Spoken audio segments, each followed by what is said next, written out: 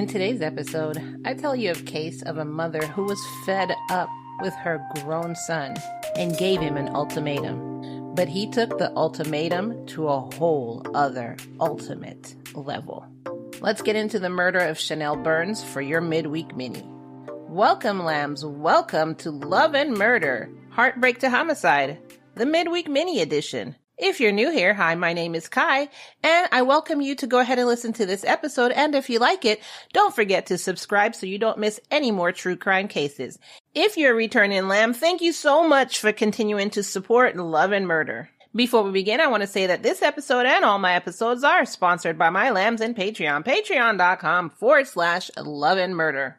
Today, they're actually getting 2 episodes, the midweek mini and their bonus, and in their bonus, it's a case of horrific child abuse. This 1-year-old suffered more than 50 injuries spanning 8 months. And so we're talking about that case in the Patreon. So if you want to hear that case and more bonuses, visit us over at patreon.com/Love and Murder. Now let's get into your midweek mini. On February 5th, 2024, around 3:48 p.m., a 911 call came in for police to be dispatched to a house in Valparaiso, Indiana. I hope I said that town right. I'm not really sure. When the call came in, a male voice was heard saying, quote, "I need someone to send a police car here right now." When officers arrived, they found other police already at the site. The other police said that this kid had been on the street at the intersection of Goodrich Road and Diamond Boulevard, waving them down. So he was just like, hey, over here, over here.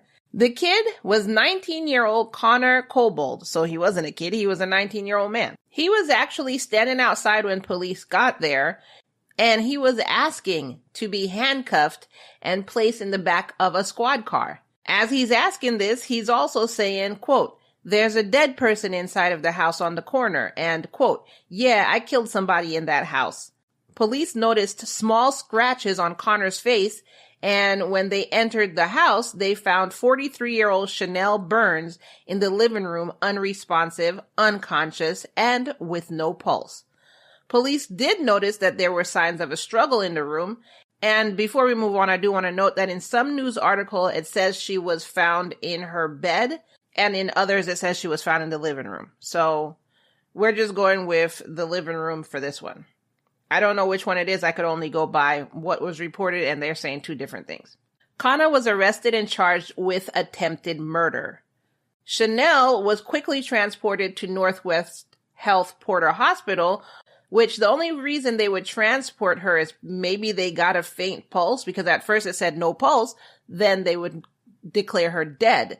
But being that they are saying they transported her to the hospital, I think they got a faint pulse.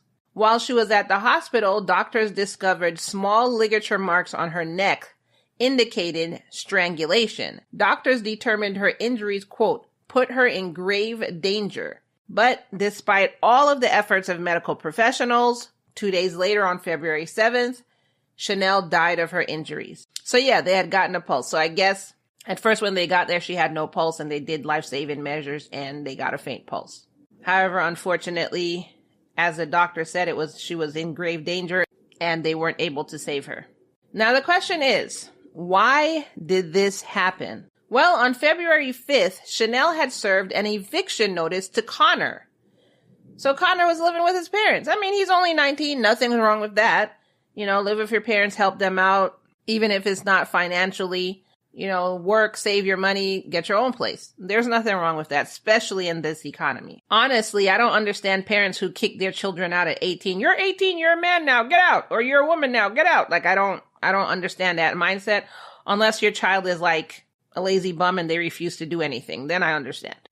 So in her eviction notice, which she filed with the court, wow, she gave Connor 30 days to comply with their rules, which the rules were, in order to avoid eviction, okay, so she was giving him a choice. In order to avoid eviction, Connor had 30 days to get a job. Okay, he didn't have a job. Clean his room. Dude, you're 19. And help clean the common areas of the home. So all he had to do to stay in the house was to have a job, clean his room, and help clean the common room of the house. So just clean, like help around the house. You're 19. What were you doing in the house? Chilling, relaxing, all cool, playing some b-ball behind the school when a couple of guys, they were up to no good? I'm sorry. In addition to these requirements, Shanelle was concerned about her son's well-being and conduct. In a letter dated December 26, 2022, and attached to the eviction complaint, so she had done this before. So she has been telling this man, I was going to say boy, but he's a grown man, get your life together, do something. You're living in our house with your legs kicked up for a while. So she had another letter which she attached to this eviction notice, and she wrote that she was terminating their living arrangement due to Connor's failure to attend regular therapy sessions, maintaining full-time employment, and keeping the house clean. So one of her other stipulations was that Connor needed to attend weekly therapy sessions for 3 months and take any prescribed medications. She offered to cover the cost of the therapy and use their health insurance to facilitate this requirement. Dude, you were getting free therapy sessions. It's not like she said, figure it out. Your mother is giving you every way to make your life better, to be a man. Wow. Furthermore, Shanelle emphasized the need for respectful communication, which you should always have towards your parents. I balk when I see these children talking to their parents whatever way, or calling their parents by their first name. I wish I would call. Oh, look. Anyways, let's not get into that. So she wanted respectful communication, asking Connor to speak to her and other family members without swearing, name calling, or raising his voice. That kind of sounds reasonable. Everything she's asking for is reasonable. Get a job. Clean your room. You're 19. Nobody should be telling you to clean your room. Help clean the house. Go to therapy. Take the medicine prescribed. And don't cuss us out when you're talking to us. Everything sounds reasonable. I don't see anything to get angry over. Meaning, if I were the 19-year-old. She wrote to Connor, quote, I trust you understand the gravity of this situation and the necessity for compliance with the stipulated conditions. But instead of being a rational human being and saying, okay, mom, letting me stay here for free, and in reality, you're not asking too much of me, I'll comply. No. Instead, the same day she filed the eviction notice, Connor confronted her. What do you have the balls to confront her about, you grown ass man who should be out on your own? Go in your own house. Find your own house and do what you want to do. Don't do it in her house. So he confronted her, and then that confrontation turned into a physical altercation. While this physical altercation is going on, Connor allegedly strangled his mother, you piece of... She was pregnant with you. You don't know what labor pains feels like. Then she raised you. She kept you in her house 19 years. She asked for the basic crap you would ask for from a child. Respect your parents, clean your room, get a job. The basics. Basics! She wasn't even asking for, hey, you need to pay my entire mortgage and take care of she wasn't even she's asking the basics. And the word starts with a B and ends with a ch. You're strangled your mother? Your mother?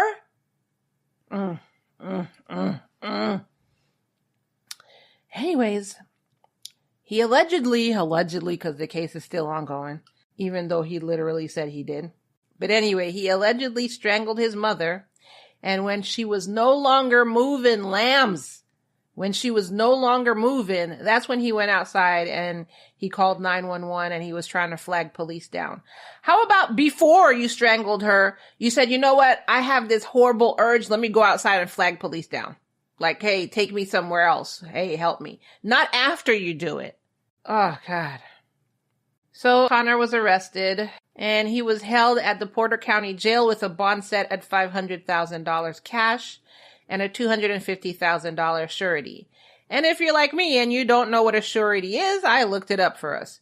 According to suretybonddirect.com, a surety bond is a written agreement to guarantee compliance, payment, or performance of an act. Surety is a unique type of insurance because it involves a three-party agreement. The three parties in a surety agreement are the principal, the party that purchases the bond and undertakes an obligation to perform an act as promised, the surety, the insurance company or surety company that guarantees the obligation will be performed. So if the principal fails to perform the act as promised, the surety is contractually liable for losses sustained. Wow. And the obligee, who is the party who requires and often receives the benefit of the surety bond. For most surety bonds, the obligee is a local, state, or federal government organization. So basically, unless he had someone to pay the $250,000 for him and guaranteed he wasn't going to go anywhere or I guess strangle somebody else, allegedly, Connor was staying his butt in jail. And unlike that previous dude who murdered his mom, then took a picture with the hang loose sign for his friend to see, and then his dad was blowing kisses at him in court, I guess Connor doesn't have that same delusional family. If you missed that episode, I will have the link to it in the show notes below. So Connor pled, what do you think he pled, Lambs? After literally doing it, flagging police down, literally saying he did it, drawing a picture for everybody saying he did it, dancing a jig and making up a song saying he did it, what do you think he pled, Lambs? Yes, for those of you who said not guilty, you would be right. Connor pled not guilty. He called the cops. He literally, there is dash cam footage of him saying he did it. Now he's not guilty? I mean, did he mean not guilty by way of insanity? Was he trying to say he had mental health problems? Is that why he was saying not guilty? I don't know. But anyway, he pled not guilty. The case has been set for trial with proceedings scheduled to begin in August. It was supposed to begin August of this year. And in the meantime, he's still in the Porter County Jail. Quote, Shanelle was very witty, kind, and poised. She had an exceptional ability to both strategically design and execute. She was a trusted advisor to many within advancement and so many across the university. We all miss her and profoundly mourn the loss of our division and the university. And this was said by one of her colleagues, Karen Pissarro. Now, I did look for an update on the trial, but there's literally none. Which is not weird. You know, sometimes these things can take years. And if they're trying to prove not guilty by reason of mental health, then, you know, they have to go through testing, they have to go through therapy to let their court-appointed therapist make that call. Is he insane? Is he not? So this could take a while. So right now, he's just in jail. There's no update to the case. I will put this in my list of updates. In the meantime, what do you think about this case? Do you think it was a mental health break or just a spoiled little man boy? His mom did say that he wasn't going to therapy as he was supposed to, and apparently he's supposed to be on medication, so it could be mental health. But what degree of mental health? You can't just say, oh, I'm bipolar, so I strangled her. Insanity! No. What degree of mental health? I could understand if he was having a psychotic break, like he was schizophrenic, and he was hallucinating, then I could see that. So it's different degrees of mental health. So what do you think it was? Mental health break or just a spoiled little boy? And by boy, I mean a man who thinks he's still a boy. Let me know your thoughts in the comments below, and I'll also put a poll out. Sometimes, I'm going to be honest with y'all, sometimes you need to come back the next day and check on the poll in Spotify, because like I've told you before, when I post this, it takes a while to post to Spotify, and I could be doing 15 different things, not even at my desk by that time. And then I'll forget. And next day I'll come back. Oh my God, I should have posted the poll. Now I do post a poll question immediately in the Facebook group. So if you wanted to join the Facebook group and answer the poll question there, or you could just leave me a comment with your answer. That still answers the poll. So after you listen to it in Spotify, if you didn't see the poll, you could say, mental health. You could say spoiled little man boy. You could say that in the comments below. And speaking of your comments, let's go through the comments for the Kimberly Dow episode. If you missed that one, the link to the episode is in the show notes below. Hannah Page said, this one reminded me of that case where the babysitter went to McDonald's and everything while the baby was dead to cover up the death and then was laughing and smirking when police questioned her. To which I guess that's going to be on my roster to do probably next year in season 5. I need to do an episode on that one because I hadn't even heard about that. Hannah Page said she wasn't even allowed to be around kids. Somehow the lady she was babysitting for didn't know that fact. Well, season 5, we're going to find out more about that case. Thank you for that, Hannah Page. Christina Bobo said, I have no words. My heart aches for the mother because she had to witness her baby in such a critical state. My heart breaks for the baby, who suffered such a tragic fate at the hands of this merciless monster, blaming the mother instead of taking ownership for being the piece of filth she is. Christina, as I told you in the group, you already know how that case would have gone down. Soon as I heard that she was blaming me in the court, I don't think I would be able to control myself. Like, how absolutely dare you, ma'am? Like, ugh. Anyways, if you listened to that episode, you heard my outrage already in that episode. If you didn't, go back and listen to it. Gypsy wrote, okay, so remember last Wednesday, I was reading a comment from Gypsy and I didn't understand what she was saying. So she did answer my question. So Gypsy wrote, hey, you said in the episode that you wish the abusers could wear a t-shirt that says what they did. That's why I said COs will tell other inmates what they did. Thanks for reading my comment. Love your podcast. Love you too, Gypsy. Thanks for listening. Okay, so I get it now. All right. So even if they didn't wear the t-shirt, the CO will tell everybody what this person did. Gotcha. Well, CO, do your job and do it daily. Maybe every hour. Thank you for your comments and keep them coming. I do love reading your comments on air. And that is all I have for you today. Don't forget to go and answer that poll question. If you're on Spotify and you don't see the question yet, then go ahead and give your answer in the comments below. And don't forget, if you want bonus episodes and you want to be a supporter of Love and Murder, help us stay on air. You know what I'm saying? Then head on over to our Patreon, patreon.com/Love and Murder. At the $3 a month donation tier, which is the lowest tier, you would actually get commercial-free episodes. So this whole case would be commercial-free. On the full episodes, you won't get so many commercials. You won't get any commercials, actually. You won't get any intros. You get straight to the case, and you get case extras. So whatever extras comes with the case, if it's like I had an episode which had ring cam footage, you got the ring cam footage in the group. You get pictures, you get court records, and so much more. Patreon.com/Love and Murder. But a free and easy way to help out Love and Murder is by simply sharing this episode.